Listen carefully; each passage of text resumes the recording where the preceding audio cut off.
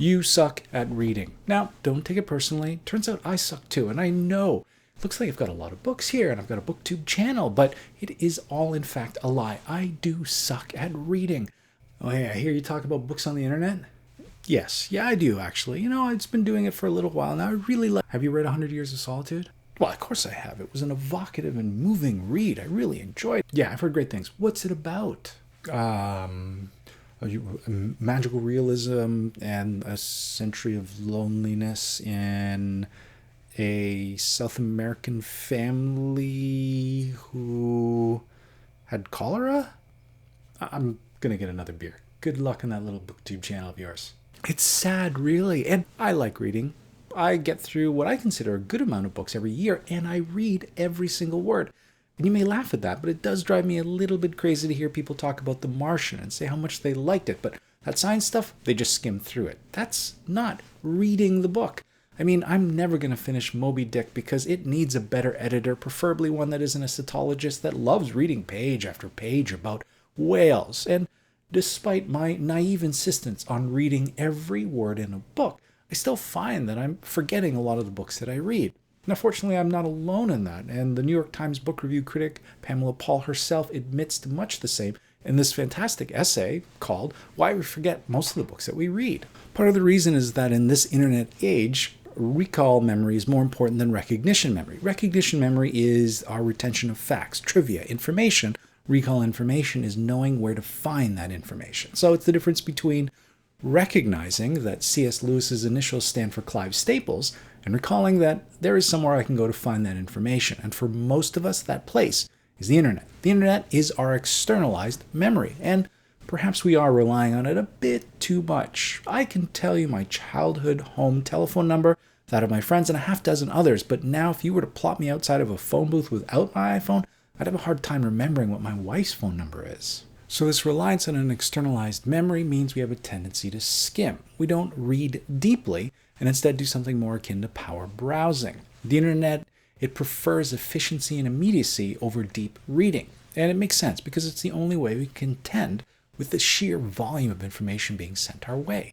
A study in 2009 shows a typical American consumes about 100,000 words a day, comprised of advertisements, text messages, social media, email, etc. Of that, they've actively clicked on 285 pieces of content comprising 50,000 words, which means they're reading the equivalent of The Great Gatsby every day. And chances are pretty good you remember none of that. None of it has a chance to stick, to get stored into knowledge because of recall memory. We know we can go to the internet and find that information later. That's part of the reason why I got onto BookTube as well as on Goodreads. By reviewing books, it gives it a chance to actually get solidified into knowledge. Otherwise, as soon as I finish a book, it's gone. It's forgotten. It's the same reason why I'm the one that's always taking pictures at events, despite the sort of cringy Asian stereotype that it manifests. I mean, truly, pics or it didn't happen. I'm an active forgetter. Pictures help me remember past events. And when I say active forgetter, it's not in the sort of I'm getting old Alzheimer's sort of way, maybe a little bit and I did too much acid when I was a teenager sort of way, but more in like the less I remember of the past, the less likely I'm going to obsess over every cringy thing I did back then, so I can free up my time to worry and obsess about all the potential future worst case scenarios that could possibly happen. It's really just about balance. I get that the internet is bad is just a knee-jerk reaction, and frankly, it's really a good thing that I have this ability to go online and find out that a person who studies whales is a cetologist, because prior to the internet, I'd actually have to go down to the library, hit the card catalog, look up whales, realize it's at $5.99.5, go upstairs in a nonfiction, pull out a bunch of books, check the author bios, read a few chapters, hopefully to stumble across the word cetology. But more than likely I'd end up at 741, pick up the latest Asterix and Obelisks and Tintin, and spend my afternoon reading those instead. The internet prevents us from hitting the stacks and really engaging in content, and it's sort of sad, but I appreciate the trade-off.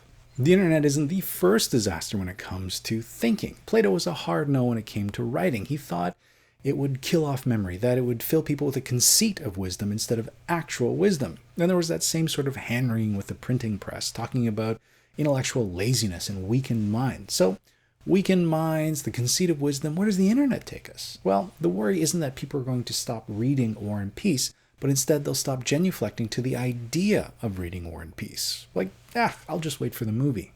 I know I've thrown you all under the bus here, but do you suck at reading? Do a little experiment. Take a book out at random from your bookshelf and see if you can name 3 of the characters and how the book ended.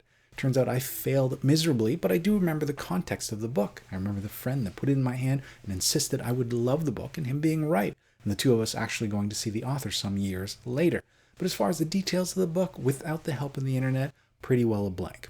So there you have it. Curious to see how you guys fare? Let me know in the comments below. But in the meantime, I hope you all have a great week of reading.